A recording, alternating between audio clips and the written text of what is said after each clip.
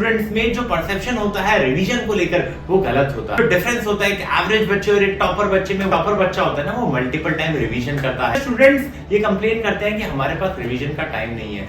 Revision का मतलब होता है चीजों को रिविजुअलाइज करना।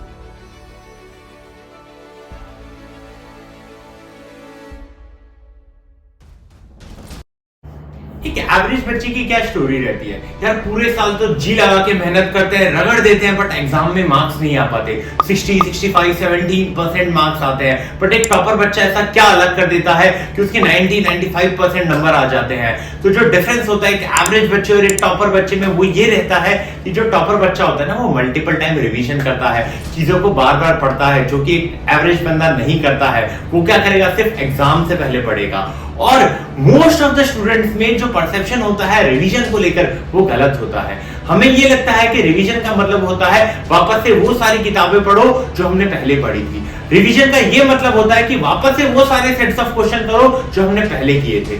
वापस से सारे नोट्स पढ़ लो जो हमने पहले पढ़े थे। वापस से वो सारी वीडियो देख लो जब हम पहली बार उस चैप्टर को या उस टॉपिक को पढ़ रहे थे। बट क्या रिवीजन का मतलब इनमें से कोई एक है? क्या ये प्रैक्टिकली पॉसिबल भी है? क्या इनमें से कोई भी एक चीज आप एग्जाम से थोड़े दिन पहले कर सकते हैं? मान लीजिए 10-15 चैप्टर्स आते हैं, हर चैप्टर के लिए वो सारी वीडियोस, वो सारे क्वेश्चंस देखना क्या पॉसिबल है हर बार? इसीलिए मेजॉरिटी ऑफ द स्टूडेंट्स ये कंप्लेन करते हैं कि हमारे पास रिवीजन का टाइम नहीं है, क्योंकि उनको रिवीजन का एक्चुअल मतलब ही नहीं पता। रिवीजन का मतलब होता है चीजों को रिविजुअलाइज करना, रिविजन, चीजों को वापस से रिकॉल करना, याद करना, क्योंकि काफी टाइम हो जाता है तो आपकी मेमोरी में कहीं वो दब जाते हैं, इसलिए उन्हें वापस से याद करना होता है। थोड़ा सा रेफरेंस ले लिया, थोड़ी नोट देख लिया, उसके बाद वापस से अपनी मेमोरी से उसे रिकॉल करना होता है। ये होता है रिवीजन का मतलब, चीजों को वापस से रिविजुअलाइज करना, ना कि वापस से रीड करना। बाकी सारी प्रोसेस वैसे ही करेंगे जब हम पहली बार किसी एक टॉपिक को पढ़ रहे थे, तो उसे रिवीजन नहीं कहते हैं। तो आज की वीडियो में हम यही बात करेंगे कि रिवीजन करने से पहले हमारे माइंड में क्या-क्या चीजें क्लियर होनी चाहिए। और आज की वीडियो में मैं आपको कुछ ऐसे टिप्स एंड टेक्निक्स बताऊंगा जो आपके रिवीजन करने के तरीके को एकदम 360 टर्न देगा और ये आपके मार्क्स से भी रिफ्लेक्ट करेगा। तो मान लीजिए आपने कोई एक टॉपिक पढ़ा है, ठीक है, पहली बार आपने वो टॉपिक पढ़ा है, उसके बाद जब आप पहली बार रिवीजन कर रहे हो तो आपके माइंड में दो चीजें क्लियर होनी चाहिए कि उस टॉपिक या उस चैप्टर में से आपका स्ट्रॉन्ग पोर्शन क्या है, ऐसी चीज जो आपको बहुत अच्छी तरीके से आती हो, और आपका वीक पोर्शन क्या है जो आपको अच्छे से समझ नहीं आया हो। तो आपको उसी अकॉर्डिंग अपने टाइम को उसमें डिवोट करना है। जो स्ट्रॉन्ग पोर्शन है वहां थोड़ा कम टाइम दीजिए, जहां जो वीक पोर्शन है वहां थोड़ा ज्यादा टाइम दीजिए। और जब भी रिवीजन करते हैं दो गोल को अकम्प्लिश करने का सोचिए। पहला, अपने सब्जेक्ट नॉलेज को बूस्ट करना है, और दूसरा, अपनी एग्जाम परफॉर्मेंस कैपेबिलिटीज को इंप्रूव करना है। हमेशा ये सोचिए कि मैं एग्जाम में किस तरीके से इस चीज को लिखूंगा। अगर एग्जाम परफॉर्मिंग माइंडसेट से अगर आप रिवीजन कर रहे हो तो वो आपके मार्क्स में रिफ्लेक्ट करेगा। मान लीजिए केमिकल रिएक्शन एंड इक्वेशन में types of chemical reaction topic है, उससे आपसे पूछ लिया कि व्हाट इज कॉम्बिनेशन रिएक्शन, तो आपके माइंड में क्लियर होना चाहिए कि मुझे इतना इतना कंटेंट उसमें लिखना है। और अगर क्वेश्चन ट्विस्ट हो गया कि इस कॉम्बिनेशन रिएक्शन एक्सोथर्मिक स्टेट, तो आप उसके अकॉर्डिंग आंसर लिखेंगे। और अगर क्वेश्चन ये हो जाता है इस combination reaction is opposite of decomposition reaction state, तो मेरे माइंड में क्लियर होना चाहिए कि अच्छा मैं इसमें ये लिखूंगा। अगर 3 मार्क्स का पूछा गया तो मैं इतना कंटेंट लिखूंगा, और 5 मार्क्स का पूछा गया तो मैं इतना कंटेंट लिखूंगा। अगर ये सारी चीजें मुझे एग्जाम से पहले ही मैं अपने माइंड में क्लियर कर देता हूं कि एग्जाम में अगर ऐसा होता है तो मैं ये करूंगा, तो मैं एग्जाम के लिए पूरी तरीके से प्रिपेयर रहूंगा, और ये सारी चीजें मेरे मार्क्स में भी रिफ्लेक्ट करेंगी। अब बात करते हैं कि ऐसी कौन सी टेक्निक्स है जो हम रिवीजन के लिए यूज कर सकते हैं। तो पहली टेक्निक जो आप रिवीजन के लिए यूज कर सकते हैं उसे कहते हैं ब्लटिंग।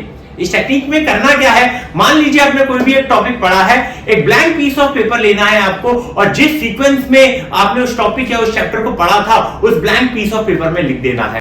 अब जाहिर सी बात है कि आपने कुछ ना कुछ चीजें आप मिस आउट कर गए होंगे। वापस से अपने नोट्स को देखिए, जिस सोर्स से आपने पढ़ाई की थी उस सोर्स को देखिए क्या चीज आप लिखना भूल गए थे उसे लिख दीजिए, और वापस से उसे एक बार गो थ्रू कर लीजिए कि अच्छा मेरा ये मिस हो गया था। अब होगा क्या कि आपने यहाँ किया क्या इस टेक्निक में कि चीजों को रिकॉल किया, अपने दिमाग पे जोर डाला, और जो चीजें आप भूल गए थे उसे वापस से कवर अप किया, तो इससे आपके माइंड में वो चीजें लॉन्ग टर्म के लिए रिटेन हो जाएगी। दूसरी टेक्निक आप क्या यूज कर सकते हैं, देखिए जब हम मल्टीपल टाइम रिवीजन करते हैं तो काफी टाइम हमें रीड भी करना होता है, तो हम फिंगर टिप मेथड यूज कर सकते हैं। इस टेक्निक में आपको करना क्या है, इस टेक्निक में जब भी आप कुछ रीड कर रहे हो तो आपको अपनी उंगली वहां पॉइंट कर देनी है, और जहां जहां जैसे जैसे लाइन बढ़ रही है आपकी उंगली बढ़ती रहनी चाहिए। उंगली तब तक नहीं उठनी चाहिए जब तक आपकी नजर उस पर ना पड़ जाए। होता क्या है, मोस्ट ऑफ द टाइम हम नजरों से डायरेक्ट पढ़ रहे होते हैं और काफी चीज हम स्किप कर देते हैं ये सोच के कि ये तो हमें आता है, बट वो चीजें हमें आती नहीं है। और जिन चीजों को हम नजरअंदाज कर देते हैं वही जब एग्जाम में पूछी जाती है तो हमें आइडिया ही नहीं होता कि इसमें क्या लिखेंगे, बस हम यही सोचते रहते हैं कि यार ये चीज तो पढ़ी थी। इसलिए जब हम फिंगर पॉइंट करते हैं तो हमारा जो फोकस है वो एक ही जगह कंसंट्रेट रहता है और चीजें हमें बेहतर तरीके से याद होती है। एक और चीज हम बहुत बढ़िया कर सकते हैं वो ये कर सकते हैं कि अपने नोट्स को भी उसी तरीके से बनाएं ताकि हमें रिवीजन में बहुत हेल्पफुल हो। हम क्या कर सकते हैं, उसमें माइंड मैप डाल सकते हैं, जहां रिक्वायर्ड है हम वहां समरी लिख देते हैं, इंपॉर्टेंट की टर्म्स और इंपॉर्टेंट कंसेप्ट को हमने एनोटेट कर दिया है, और जहां पर हेडिंग लिखी हुई है वहीं पे हम डायरेक्टली लिख देते हैं क्वेश्चन कि इस टॉपिक में से ये क्वेश्चन पूछे जा सकते हैं। तो नेक्स्ट टाइम जब हम रिवीजन करने जाएंगे तो पहले हम उन क्वेश्चंस को देखेंगे और अगर उनके आंसर हमें आते हैं तो हम डायरेक्टली मूव ऑन कर जाएंगे। अगर वो नहीं आते हैं तो आप इंपॉर्टेंट की और इंपॉर्टेंट टर्म्स को देखिए, इंपॉर्टेंट टॉपिक्स को देखिए, अगर उससे चीजें याद हो जा रही है तो उसके बाद आगे बढ़ जाइए, वरना एक बार वापस से पूरे नोट्स को गो थ्रू कर लीजिएगा। इस टेक्निक को अगर आप यूज करते हैं तो आपका रिवीजन एक बहुत ही बेहतर तरीके से होगा। एक और चीज जो आप बहुत बढ़िया कर सकते हैं वो ये कर सकते हैं कि उस टॉपिक को किसी को पढ़ा दीजिए। बी अ टीचर, जब आप किसी को वो टॉपिक पढ़ाते हैं ना, एक बार आपने पढ़ लिया, उसके बाद जब आप वो टॉपिक किसी और को पढ़ाते हैं तो वो आपके माइंड में बहुत अच्छे तरीके से सेव हो जाता है और वो चीजें भूलने की जो परसेंटेज प्रोबेबिलिटी होती है वो बहुत ही कम होती है। वो चीज आप बहुत ही रेयर केस में भूलते हैं। इसीलिए अपने दोस्त को पढ़ा दीजिए, किसी को कोई भी मिला, अगर किसी को वो टॉपिक पढ़ना है तो उसे पढ़ा दीजिए, और अगर कोई नहीं मिल रहा है तो वो टॉपिक आप खुद ही इस तरीके से रिवाइज कीजिए कि आप किसी को पढ़ा रहे हो। अगर आपको रिकॉर्ड करना है, ऑडियो रिकॉर्ड करना है, वीडियो रिकॉर्ड करना है, जो करना है कीजिए, बट आप पढ़ाइए। चीजों को जब पढ़ाते हैं तो चीजें काफी ज्यादा अमाउंट में क्लियर होती हैं। और देखिए जब भी हम रिवीजन कर रहे होते हैं ना तो एक और चीज का हमें ध्यान रखना है कि हमें एक डेडलाइन सेट करनी है कि यार आज मैं इतना कर कर ही उठूंगा। अगर हम डेडलाइन सेट नहीं करेंगे तो होगा क्या, जब हम रिवीजन में इतना टाइम दे देंगे जितना हमने उस टॉपिक को पढ़ने में भी नहीं दिया था। इसलिए अगर डेडलाइन सेट होगी, हम वो टाइमर अगर ऑन रखेंगे तो हमारे पर एक मेंटल प्रेशर रहेगा कि हमें ये रिवीजन इस टाइम पीरियड में खत्म करना ही है। तो इससे होगा क्या, हमारा टाइम भी सेव होगा और उस टाइम को हम बाकी और चीजों में यूटिलाइज भी कर सकते हैं। अब पूरी वीडियो में हमने ये तो बात कर लिया कि रिवीजन के दौरान क्या टेक्निक्स हम यूज कर सकते हैं, बट अभी तक हमने ये नहीं बताया कि कब कब रिवीजन करना है।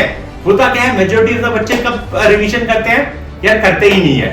एक बार टॉपिक पढ़ा, अब उसके बाद कब पढ़ेंगे, जब एग्जाम आ रहा है, फिर कब पढ़ेंगे, जब किसी और एग्जाम में वो टॉपिक आने वाला होगा। बट ऐसा नहीं करना है। यहाँ पे जो टेक्निक यूज हो रही है उसका नाम है स्पेस लर्निंग। ये टेक्निक इस कंसेप्ट पे बेस है कि अगर आपने कोई चीज पढ़ी है और अगर आप उसे रेगुलर इंटरवल पे रिपीट कर रहे हैं तो आपकी लर्निंग काफी ज्यादा इफेक्टिव होती है। आपको करना क्या है, पहले दिन आपने कोई टॉपिक पढ़ा है, उसके बाद आप उसे तीसरे दिन पढ़ेंगे, फिर उसके बाद आप उसे 7वें दिन पढ़ेंगे, देन उसके बाद आप उसे 21वें दिन पढ़ेंगे, फिर 30वें दिन, फिर 45वें दिन, एंड उसके बाद पढ़ेंगे आप उसे 60वें दिन। लेकिन ऐसा नहीं है कि हर दिन आप नोट्स लेके उसे पढ़ रहे हो। मान लीजिए आपने कोई पहले दिन कोई टॉपिक पढ़ा, end of the day blotting technique use कीजिए एंड उससे आप एक ब्लैंक पीस ऑफ पेपर में लिख दीजिए। फिर जो आपका नेक्स्ट डे होगा जब आपको रिवीजन करना है उसमें इन्हीं नोट्स को पढ़ लीजिए। उसके बाद जो नेक्स्ट स्लॉट आता है उसमें आप क्या करेंगे, कुछ क्वेश्चंस कर लेंगे। कहने का यहाँ ये मतलब बनता है कि जितने मेंशन दिन मैंने आपको बताए हैं जिसमें आपको रिवीजन करना है उसमें इस टॉपिक से रिलेटेड आपको कुछ भी करना है, चाहे आप उससे रिलेटेड क्वेश्चन कर लीजिए, चाहे आप उससे रिलेटेड शॉर्ट नोट्स कर लीजिए, उससे रिलेटेड पीवाईक्यू देख लीजिए, बस आपको उस टॉपिक के टच में रहना है इन मेंशन दिनों पे।